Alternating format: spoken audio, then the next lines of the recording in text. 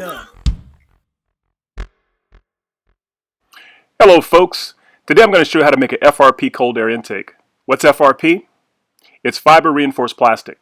You know it as carbon fiber, fiberglass, or composite. The cool thing about FRP is that it can be made into any shape that you like.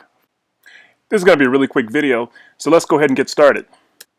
The first thing you're going to need to do is figure out what type of reinforcement you're going to use.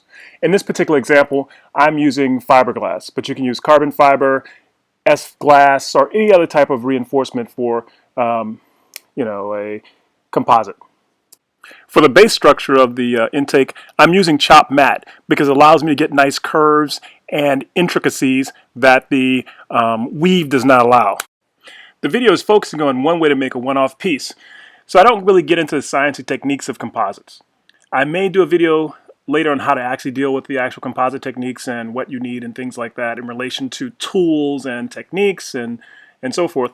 But for this video, I want to give you an overview of what is possible in your own garage and without making molds and plugs. So this is not the ultimate way to make it. Of course, if you're doing a commercial thing, you would want to make molds, plugs. You can do multiple pulls, but this is for a one-off piece.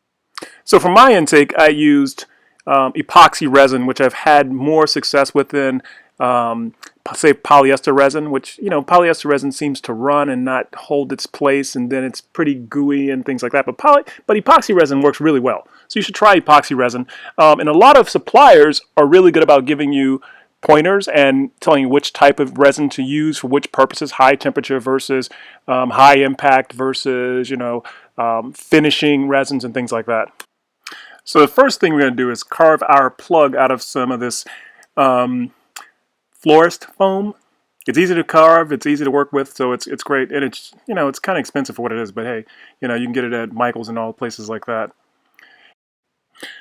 Looking at the space that you need your intake to fit within, go ahead and use a paper template or a cardboard template or something like that to determine the curves and the jogs and nuances of how it needs to fit before you start actually making your plug. Here's an example of a paper template. It's two-dimensional, so you have to really translate this in 3 dimensions, up, down, left, right, things like that. But this gives you an idea of how the intake will fit. Think smooth curves. Smoother the curves, the better the airflow, the more power. Glue your foam cubes, your foam rectangular cubes, into the shape and size of the template. And at this point, we're going to start carving it out.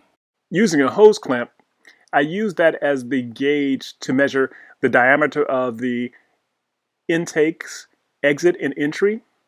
Basically, just take the hose clamp, get the size you want, press it against the foam, and it'll leave a mark. The thing you have to remember, though, is that the thickness of the fiberglass that you're going to be laminating this with is going to change that diameter. So you have to account for that. Then once you have the diameter you need, you can start carving your piece with a sharp knife, razor blades, and so forth.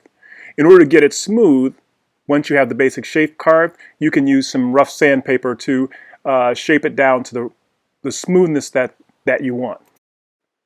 Wrap the plug in some high quality painter's tape, then apply some mold release. And if you don't have mold release, that's fine. You can use some Canuba wax, some high quality car wax. This will keep the resin from sticking to the plug. Sorry to get a lot of photos in these stages because my hands were dirty and I couldn't pick up the camera doing this all myself. But at this step, we're going to take the plug once it's cured, and we're going to cut it in half like a clamshell. You can use a cutoff wheel to cut it in half. It works pretty well. Once you've cut it, open it up, pull out the plug, and then we're going to take some time to clean up the inside. There'll be some marks and things from the tape, and we want to sand these down as smooth as possible. The smoother, the more power you're going to make. Put the two halves back together and use your fiberglass and resin to seal it back up, and then let that cure. I wanted the cool weave texture to kind of give a little carbon fiber appearance, so I went ahead and took some fiberglass weave, and then I put that on top, and then put some epoxy resin on top of that, and made basically a cover that looks pretty nice.